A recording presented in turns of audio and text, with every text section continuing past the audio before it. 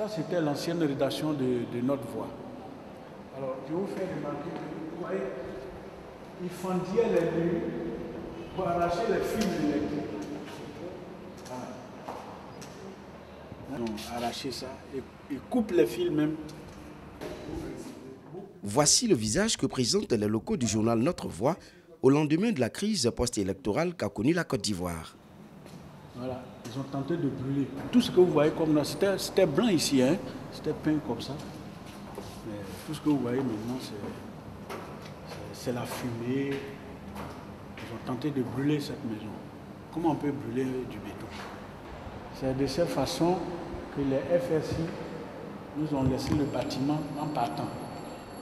Mais le journal proche de l'ancien président ivoirien Laurent Gbagbo n'était pas au bout de ses peines.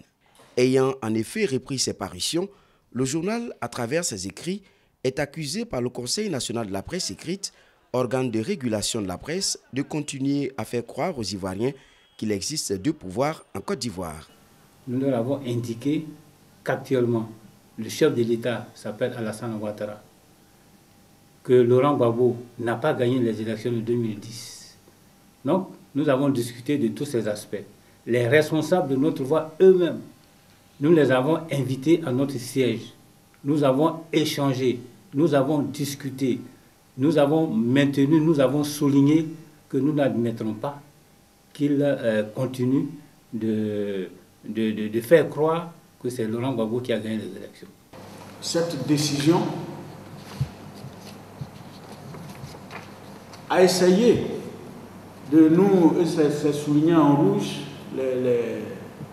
les décisions par lesquelles le CNP nous a sanctionnés, a dit que parce que le président Ouattara a pris une ordonnance le 14 avril 2011 pour annuler tous les actes posés par le président Gbagbo, le CNP nous disait que le gouvernement Akingo n'a jamais existé.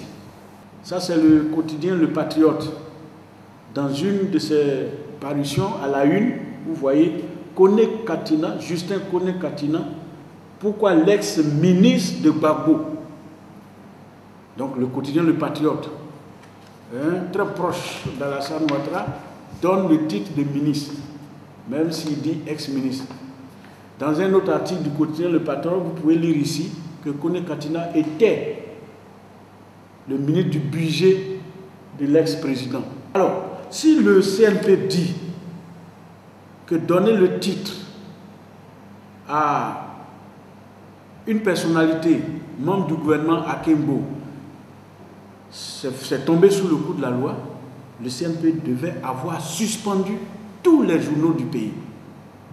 Or, le CNP n'a pas fait cela. C'est sur les journaux pro-Gbagbo que le CNP s'est acharné. Un bras de fer qui conduira donc à la suspension de Notre Voix et 6 autres journaux proches de l'ancien président ivoirien. Suspension qui sera levée suite à une médiation de la commission Dialogue, Vérité et Réconciliation le 17 septembre 2012. Nous avions demandé que le CNP soit recomposé de telle sorte qu'on retrouve à l'intérieur toutes les sensibilités éditoriales.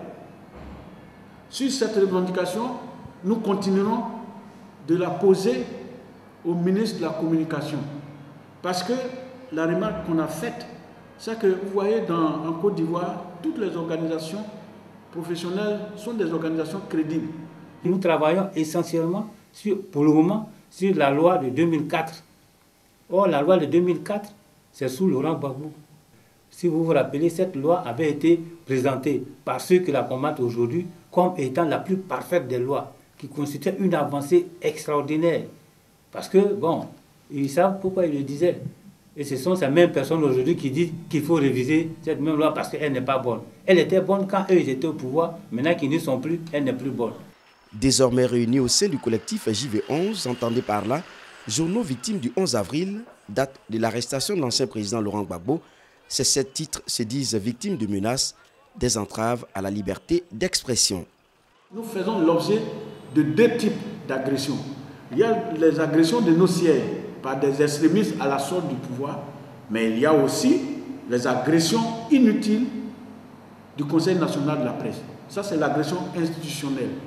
Quand un journaliste réagit comme un homme politique, et ça, qu'est-ce que ça apporte à la presse? Quand un journaliste dit, moi je ne bouge pas, même si les faits me contredisent, est-ce que c'est du journalisme? Non, c'est ce genre de choses que nous combattons. Nous voulons avoir affaire à des journalistes. On ne veut pas avoir affaire au sein des rédactions à des hommes politiques. Donc le discours politique, nous faisons tout pour ne pas qu'il ait cours au sein des rédactions. Donc nous appelons les journalistes à plus de professionnalisme, à revenir à la profession et à respecter les règles de la profession. Droit Libre TV, la web télé 100% droits humains, 100% liberté d'expression.